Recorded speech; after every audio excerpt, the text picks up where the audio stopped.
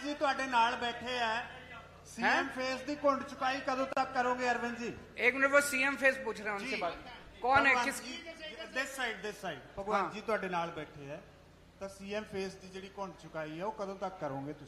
समय आने पे सीएम फेस की अनाउंसमेंट भी होगी। भगवंत मेरा छोटा भाई है। ये जो आप अखबारों में कुछ कुछ छापते रहते हो ना, ऐसा कुछ भी नहीं है। एक मिनट सुन लो, मेरी बात पूरी सुन लो। भगवंत मेरा छोटा भाई है। एक मिनट सुनो तो सही यार, सुन तो लो, बात तो पूरी सुन लो। एक टाइम ऐसा था जब ये लाखों रुपए कमाता था अपना एंटरटेनमेंट शो वगैरह करके।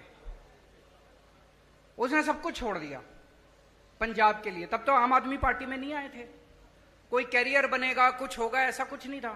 पंजाब के लिए त्याग किया उसने। हमारी पार्टी में कोई भी व्यक्ति, मैंने कई बार बोला है, कोई पद और उसके लिए नहीं आया। सब लोग समाज के लिए और देश के लिए आए हैं। समय आने पे मैंने बार बार बोला है, आपको अच्छा सीएम देंगे, अच्छा फेस देंगे, कोई भी हो सकता है वो। अभी हम इसके बारे में सोच नहीं रहे हैं।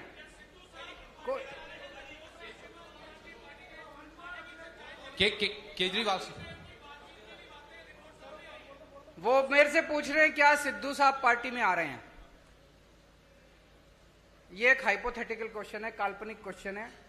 कभी भी अगर कुछ ऐसा होगा सबसे पहले आप ही को बताएंगे। केजरीवाल साहब, कांग्रेस पार्टी दो हिस्सों ਦੇ ਵਿੱਚ ਵੰਡੀ ਗਈ ਹੈ। ਹੁਣ ਇਹ ਕਿਹਾ ਜਾ ਰਿਹਾ ਹੈ ਕਿ captain Amarinder Singh BJP join ਕਰ ਸਕਦੇ ਨੇ ਤੇ ਜਿਹੜੇ ਮੌਜੂਦਾ ਸੀਐਮ ਹੈ ਚਰਨਜੀਤ ਸਿੰਘ ਚੰਨੀ ਉਹ ਖੁਦ ਨੂੰ ਆਮ ਆਦਮੀ ਕਰਕੇ ਪ੍ਰੈਜ਼ੈਂਟ ਕਰ ਰਹੇ। ਮਤਲਬ ਜਿਹੜਾ ਤੁਹਾਡਾ ਆਈਡੀਆ ਆਈਡੀਓਲੋਜੀ ਹੈ ਉਹ ਵੀ ਕਿਤੇ ਹਾਈਜੈਕ ਹੋ ਰਹੀ ਹੈ ਤੇ ਤੁਸੀਂ ਇਸ ਚੀਜ਼ ਦਾ ਐਨਾਲਿਸਿਸ ਕਿਵੇਂ ਕਰ ਰਹੇ ਹੋ?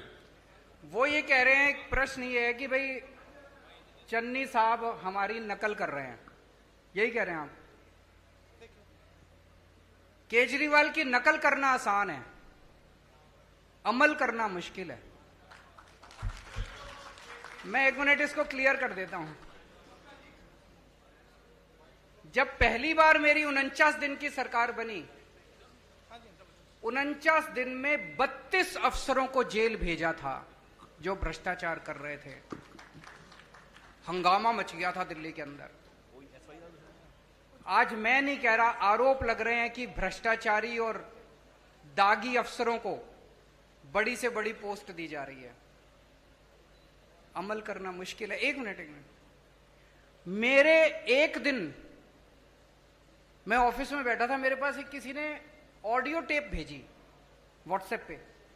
उसमें मेरा एक मंत्री दूसरे किसी बंदे से 5 लाख रुपए मांग रहा था। भाई साहब, 1 घंटे के अंदर प्रेस कॉन्फ्रेंस करके मैंने उस मंत्री को सस्पेंड कर दिया और सीबीआई को केस भेज दिया। आज आरोप लग रहे हैं कि चन्नी साहब के मंत्रिमंडल के अंदर दागी मंत्री हैं, उनकी पार्टी के अंदर दागी विधायक हैं। तो मैं उनसे कहना चाहूंगा कि केजरीवाल की नकल करने के साथ साथ उस पर अमल करने का साहस और हिम्मत लेके आइए। केजरीवाल साहब, एक सबसे बड़ा जो सवाल था बेरोजगारी का। केजरीवाल साहब इधर, इस तरफ बोलिए बोलिए बोलिए बोलिए बोलिए बोलिए बोलिए। एक बेरोजगारी का सबसे बड़ा इशू पंजाब में है, और पंजाब में आपको लगता है कितने परसेंट दर है बेरोजगारी की? और दिल्ली में आपकी सरकार बनने से पहले कितनी बेरोजगारी थी और कितना आपने उसको दिया? और दूसरा, एसवाईएल के मुद्दे पे क्या स्टैंड आपका? बेरोजगारी बहुत बड़ी समस्या है। दिल्ली के अंदर बेरोजगारी को लेकर हमने कई सारे कदम उठाए हैं। अगर मैं ये कहूं कि दिल्ली में बेरोजगारी खत्म हो गई, ये गलत होगा। लेकिन आपको एक छोटा सा आंकड़ा देना चाहता हूं। अभी कोरोना के टाइम में बेरोजगारी बहुत ज्यादा बढ़ गई, बहुत ज्यादा लोगों की नौकरियां चली गई, फैक्ट्रियां बंद हो गई, दुकानें बंद हो गई, बाजार बंद हो गए। हमने एक जॉब पोर्टल बनाया कि जो जो लोगों को नौकरियां देनी है वो अपनी नौकरियां पब्लिसाइज कर दें, और जिन लोगों को रोजगार चाहिए वो उसके ऊपर अपना। आपको जान के ताज्जुब होगा, मैंने जब वो पोर्टल बनाया था दिल्ली सरकार ने, हमें लगा था कि अगर 25-30 हजार भी नौकरियां अगर आ जाएंगी तो हम मानेंगे कि बड़ी सफल हो गए। 2 महीने के अंदर 10 लाख नौकरियां उस जॉब पोर्टल के ऊपर आई। 2 महीने में बहुत सारे लोगों को नौकरियां मिली। जितने लोगों की नौकरियां गई थी कोरोना के टाइम में, बहुत सारे लोगों को नौकरियां वापस मिली। हमने ढेरों स्कूल बनाए हैं ढेरों मोहल्ला क्लिनिक बनाए हैं, वहां पे हम लोगों ने हर बस के अंदर बस मार्शल नियुक्त किए हैं। इसमें इतनी नौकरियां निकली हैं, इतनी नौकरियां, हमने डोर स्टेप डिलीवरी शुरू की है, घर घर के अंदर हम इतनी नौकरियां निकली हैं। वो सारे काम पंजाब के अंदर भी किए जाएंगे और मैं समझता हूं कि इससे पंजाब के बेरोजगारों को नौकरी मिलने में सुविधा होगी। और उसके पहले कल भी मैंने कहा था, मैं चन्नी साहब से निवेदन करना चाहता हूं कि कैप्टन साहब ने प्रॉमिस की थी कि मैं हर एक को रोजगार दूंगा। उन्होंने कार्ड भी दिया था, आज तक बच्चे कार्ड लेके घूम रहे हैं। मेरी उनसे निवेदन है कि कैप्टन साहब के वादे को पूरा करें, हर बच्चे को नौकरी दें बेरोजगार को, और जब तक नौकरी नहीं मिलती वो बेरोजगारी भत्ता दें। सर ਤੁਸੀਂ ਹੁਣੀ ਕਿਹਾ साढ़े ਕਿ चार ਇੰਨਾ साल ਕੁਝ का। ਫ੍ਰੀ ਕਰੋਗੇ। ਕੇਜਰੀਵਾਲ ਸਰ ਤੁਸੀਂ ਹੁਣੀ ਕਿਹਾ ਕਿ ਇੰਨਾ ਕੁਝ ਫ੍ਰੀ ਕਰੋਗੇ। 300 ਲੱਖ ਕਰੋੜ ਦਾ ਕਰਜ਼ਾ ਪੰਜਾਬ ਦੇ ਉੱਤੇ ਹੈਗਾ। ਇੰਨਾ ਕੁਝ ਫ੍ਰੀ ਕਰਨ ਦੇ ਬਾਵਜੂਦ ਇਹ ਜਿਹੜਾ ਕਰਜ਼ਾ ਉਹ ਕਿੱਦਾਂ ਉਤਰੇਗਾ ਜੇ ਸਰਕਾਰ ਤੁਹਾਡੀ ਆਉਂਦੀ ਹੈ? दिल्ली पे भी बहुत कर्जा था। दिल्ली का बजट जब हमारी सरकार बनी घाटे में चल रहा था। आज 2019 की सीएजी की रिपोर्ट है जिसमें सीएजी ने कहा है, मैं नहीं कह रहा, कंट्रोलर ऑडिटर जनरल ने बोला है कि पूरे देश में अकेली दिल्ली सरकार है जो घाटे में नहीं चल रही, नफे में चल रही है। एक मिनट सुन लो, नफे में चल रही है। कैसे किया हमने? हमारी सरकार बनने के पहले दिल्ली सरकार घाटे में चल रही थी, कर्जा चढ़ा हुआ था। आज दिल्ली सरकार पे एक नए रुपए का कर्जा नहीं है। केवल और केवल एक चीज से, भ्रष्टाचार खत्म कर दिया, रिश्वतखोरी खत्म कर दी। सरकारों में पैसे की कमी नहीं है, नीयत की कमी है। अच्छी नीयत वाली सरकार लेके आइए, आप देखिए क्या से क्या हो सकता है। अच्छा केजरीवाल साहब आखिरी क्वेश्चन, केजरीवाल साहब बोलिए केजरीवाल साहब आपकी मेरे को, जिसके पास माइक है वो बोल दीजिए। केजरीवाल साहब इधर दिस साइड बोल दो। केजरीवाल साहब आपके नेताओं का कहना है, हाई प्रोफाइल नेताओं का, दिस साइड बोलिए केजरीवाल साहब आपके नेताओं का कहना है, विधायकों का कहना है कि पंजाब में किसानों को पराली जलाने के लिए दंडित किया जाना चाहिए, जो कथित तौर पर दिल्ली को प्रदूषण करता है। आपका इस पे स्टैंड क्या है? आप स्टैंड पे कायम है? किसने बोला है? एक मिनट। किसने बोला कि पंजाब के किसानों को दंडित करना चाहिए? बिल्कुल नहीं बोला। आप दिखा दीजिए। एक मिनट। आप ये स्टेटमेंट दिखा दीजिए कि आम आदमी पार्टी के किसी ने बोला मैं राजनीति छोड़ दूंगा। झूठ मत फैलाइए, गलत मत बोलिए। पत्रकार की जिम्मेदारी है जनता को सच बताना। अब मैं आपको बताता हूं, एक मिनट सुनिए मेरी बात।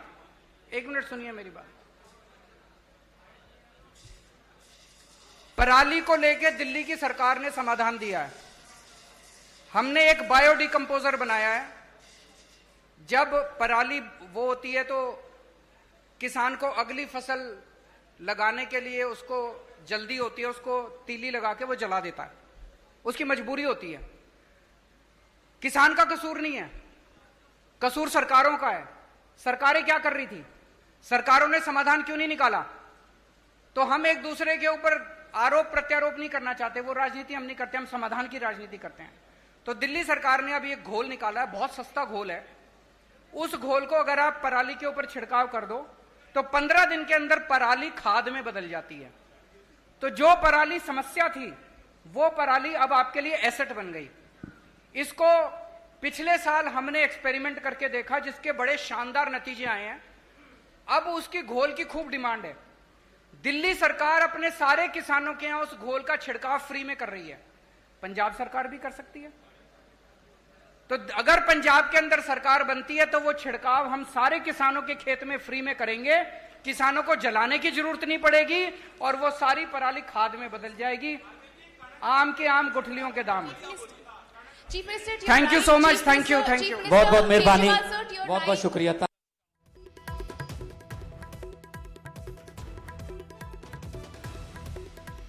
ਸਿੱਧੀਆਂ ਤਸਵੀਰਾਂ ਤੁਹਾਨੂੰ ਲੁਧਿਆਣਾ ਤੋਂ ਵਿਖਾ ਰਹੇ ਸੀ ਔਰ ਅਰਵਿੰਦ ਕੇਜਰੀਵਾਲ ਹੋਰਾਂ ਦੇ ਵੱਲੋਂ ਗਾਰੰਟੀ ਦਿੱਤੀ ਗਈ ਹੈ। ਦੂਜੀ ਗਾਰੰਟੀ ਪੰਜਾਬ ਦੇ ਲੋਕਾਂ ਨੂੰ ਦਿੱਤੀ ਗਈ ਹੈ। ਸਤਿ ਸ਼੍ਰੀ ਅਕਾਲ, ਮੈਂ ਤੁਹਾਡੇ ਨਾਲ ਖੁਸ਼ੋ ਸੰਧੂ ਔਰ ਵੱਡੀ ਖਬਰ ਲਗਾਤਾਰ ਤੁਹਾਡੇ ਤੱਕ ਪਹੁੰਚਾ ਰਿਹਾ। ਭਗਵੰਤ ਮਾਨ ਮੇਰਾ ਛੋਟਾ ਭਰਾ ਹੈ, ਇਹ ਵੀ ਅਰਵਿੰਦ ਕੇਜਰੀਵਾਲ ਕਹਿੰਦੇ ਹੋਏ ਨਜ਼ਰ ਆਏ ਨੇ। ਸਮਾਂ ਆਉਣ ਤੇ ਸੀਐਮ ਫੇਸ ਦਾ ਐਲਾਨ ਹੋਏਗਾ। ਹਾਲਾਂਕਿ ਭਗਵੰਤ ਮਾਨ ਨਾਲ ਬੈਠੇ ਸੀ ਤੇ ਪੱਤਰਕਾਰਾਂ ਦੇ ਸਵਾਲ ਦੇ ਜਵਾਬ ਦੇ ਵਿੱਚ ਉਹਨਾਂ ਨੇ ਕਿਹਾ ਕਿ ਭਗਵੰਤ ਮੇਰਾ ਭਰਾ ਹੈ, ਪਰ ਅਸੀਂ फिलहाल कोई भी इससे फैसला नहीं कर रहे, ना ही विचारा चल रही ने ਔਰ ਇੱਕ ਅੱਛਾ ਚਿਹਰਾ, ਇੱਕ ਚੰਗਾ ਆਗੂ ਤੁਹਾਨੂੰ ਦਿੱਤਾ ਜਾਏਗਾ ਜੋ ਕਿ ਸੀਐਮ ਫੇਸ ਹੋਏਗਾ ਆਮ ਆਦਮੀ ਪਾਰਟੀ ਦਾ। ਹਾਲਾਂਕਿ ਚਰਨਜੀਤ ਚੰਨੀ ਉਹਨਾਂ ਦੇ ਇੱਕ ਆਮ ਆਦਮੀ ਦੀ ਸਰਕਾਰ ਹੋਣ ਦੇ ਸਵਾਲ ਦੇ ਜਵਾਬ ਦੇ ਵਿੱਚ ਵੀ ਉਹਨਾਂ ਨੇ ਕਿਹਾ ਕਿ ਫਿਲਹਾਲ ਉਹ ਸਾਡੀ ਬੇਸ਼ੱਕ ਨਕਲ ਕਰ ਲੈਣ ਪਰ ਇਸ ਤੇ ਅਮਲ ਕਰਨਾ ਜ਼ਰੂਰੀ ਹੈ। ਹਾਲਾਂਕਿ ਖਾਸ ਗੱਲ ਜੋ ਕਹਿ ਕੇ ਗਏ ਨੇ, ਦੂਜੀ ਗਾਰੰਟੀ ਦਿੱਤੀ ਹੈ ਸਿਹਤ ਸੁਵਿਧਾਵਾਂ ਨੂੰ ਲੈ ਕੇ। ਉਹਨਾਂ ਕਿਹਾ ਕਿ ਮੁਹੱਲਾ ਕਲੀਨਿਕ ਬਣਾਏ ਜਾਣਗੇ, ਹਰ ਤਰ੍ਹਾਂ ਦੀ ਦਵਾਈ ਜਿਹੜੀ ਆ ਮੁਫਤ ਹੋਏਗੀ, ਹਰ ਤਰ੍ਹਾਂ ਦਾ ਆਪਰੇਸ਼ਨ ਹਰ ਆਦਮੀ ਦਾ, ਨਾ ਕਿ ਗਰੀਬ ਲੋਕਾਂ ਦਾ, ਸਿਰਫ ਹਰ ਆਦਮੀ ਤੇ ਉਹਨਾਂ ਨੇ ਜ਼ੋਰ ਦਿੱਤਾ, ਹਰ ਆਦਮੀ ਦਾ ਫ੍ਰੀ ਹੋਏਗਾ।